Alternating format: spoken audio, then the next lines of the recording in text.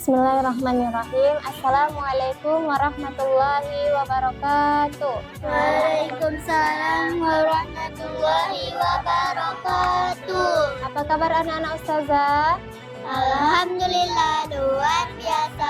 Allahu Akbar, Allahu Akbar, Allahu Akbar.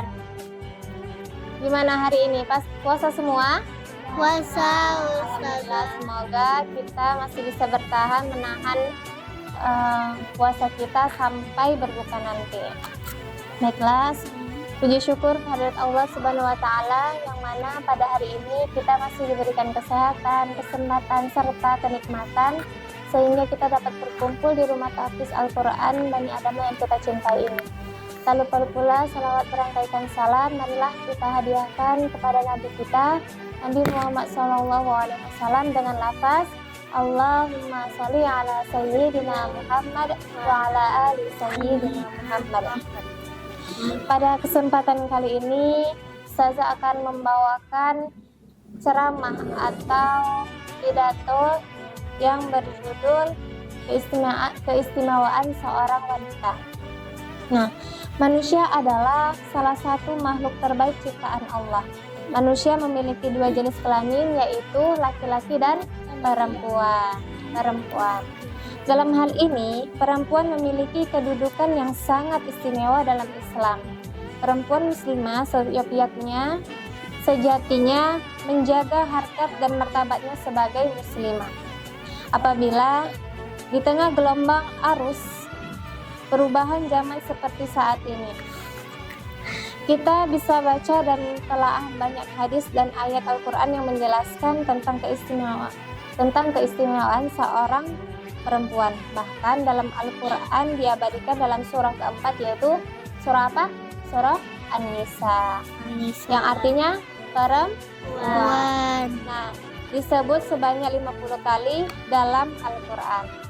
Sungguh hal ini membuktikan bahwa perempuan memang sangat terhormat kedudukannya. Apalagi saat ini diperkuat dengan faktanya banyak sekali perempuan yang menduduki jabatan penting dan mencalonkan diri sebagai kayak kepala daerah atau bahkan ada juga yang mau mencalonkan presiden seperti Ibu Megawati pernah menjadi presiden. Nah, setidaknya ada 5 keistimewaan perempuan yang disebut dalam Al-Quran dan hadisnya. Yang pertama yaitu perempuan solihah lebih baik dari bidadari surga. Nah, para bidadari surga akan kalah dari keistimewaannya perempuan solihah yang ada di dunia. Inilah yang membuat perempuan lebih mulia dibandingkan para bidadari di surga. Rasulullah SAW bersabda, perempuan solihah berjenis manusia di dunia lebih utama daripada para bidadari surga 7.000 kali lipat. Nah, seperti itu ya. Yang kedua, ada perempuan diberi pengecualian dalam beribadah. Nah, sebagai perempuan tentu akan mengalami yang namanya haid atau dan nifas, di mana nifas itu ketika kita selesai melahirkan. Hal inilah yang menjadi pengecualian dari Allah Subhanahu wa Ta'ala untuk tidak melaksanakan sholat ataupun puasa. Tetapi bukan berarti lepas tanggung jawab. Nah, ketika kita sudah haid atau sedang nifas, kita dianjurkan untuk mengganti puasanya. Rasulullah SAW pun telah bersabda, siapa saja perempuan yang mengalami haid, maka sakitnya haid yang akan mereka alami akan menjadi kafaroh atau tebusan bagi dosa-dosanya yang terdahulu. Nah, begitu istimewanya kan perempuan.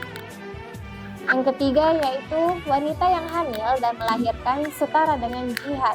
Pengorbanan luar biasa hidup dan mati seseorang wanita ketika hamil dan melahirkan disejajarkan dengan orang yang sedang berjihad. Sebuah hadis menyatakan mati syahid ada 7 selain yang terbunuh di jalan Allah, orang yang mati karena haud syahid, orang yang mati tenggelam dibilang juga syahid, orang yang mati karena ada luka parah di dalam perutnya juga disebutkan dengan syahid. Nah, orang yang mati terbakar juga dibilang syahid. Orang yang mati karena tertimpa benda keras juga syahid. Dan wanita yang mati sementara ada janin di dalam kandungannya itu juga terbilang syahid. Hadis riwayat Abu Daud dan disahihkan oleh Al-Albani. Yang keempat yaitu dapat masuk surga dari pintu manapun. Nah, ini satu bukti kasih sayang Allah Subhanahu wa taala kepada kaum perempuan yang dapat masuk surga dari pintu manapun. Namun, Rasulullah SAW juga telah menjelaskan bahwa perempuan tersebut harus melaksanakan 4 hal, yakni menunaikan sholat 5 waktu, berpuasa pada bulan Ramadan, menjauhi zina, dan berbakti kepada suaminya. Nah, dengan begitu perempuan dapat memasuki pintu surga dari mana saja. Nah, yang kelima, surga di bawah telapak kaki ibu. Semua tentu sudah pada tahu bahwa kedudukan seorang ibu sangatlah agung. Nah, bahkan surga pun berada di bawah telapak kakinya ibu. Nah, hal ini juga menjelaskan pentingnya berbakti dan menghormati seorang ibu. Karena itulah, mari kita muliakan para perempuan seperti kita memuliakan ibu kita masing-masing. Jangan sesekali kita melawan atau berkata karena itu dapat menjauhkan kita dari surga. Jadi alangkah baiknya kita berbakti kepada orang tua kita, terutama kepada ibu kita yang telah melahirkan, yang telah mengandung, melahirkan, merawat kita sampai kita besar. Mungkin itu saja yang dapat saya sampaikan tentang keistimewaan seorang perempuan. Semoga anak-anak ustazah dapat memahaminya dan bisa mengamalkannya apa-apa saja yang sudah ustazah jelaskan. Sampai di sini ada yang ingin ditanyakan? Ya, Bulan. Apa yang terjadi jika perempuan tidak menjaga kehormatan? Nah, pertanyaannya tadi, apa yang akan terjadi ketika seorang perempuan tidak menjaga kehormatannya? Nah, menjaga kehormatan berarti menjauhkan segala hal yang dapat menimbulkan seperti fitnah, dosa, dan kerusakan. Akibat apabila seorang muslim atau seorang muslimah yang tidak mampu menjaga kehormatannya, yaitu ia akan menurunkan derajat dan martabatnya di mata Allah Subhanahu wa taala dan manusia. Nah, jadi ketika kita tidak menjaga kehormatan, maka di mata manusia atau di mata Allah kita akan direndahkan derajatnya. Jadi sama-sama kita menjaga kemuliaan kita yang sudah dimuliakan oleh Allah. Maka kita jaga seperti menjaga aurat kita. Jangan sampai ketika kita sudah balik masih membuka aurat seperti membuka jilbab, masih memakai pakaian-pakaian yang ketat. Apalagi zaman sekarang banyak sekali wanita yang berkedok memakai jilbab tetapi pakaiannya ketat-ketat. Mungkin itu saja. Apakah sampai sini sudah paham, Bulan? Sudah selesai. Ya, insya Allah. Semoga kita salah satu wanita yang dapat menjaga aurat kita dan dijauhkan dari siksaan api neraka.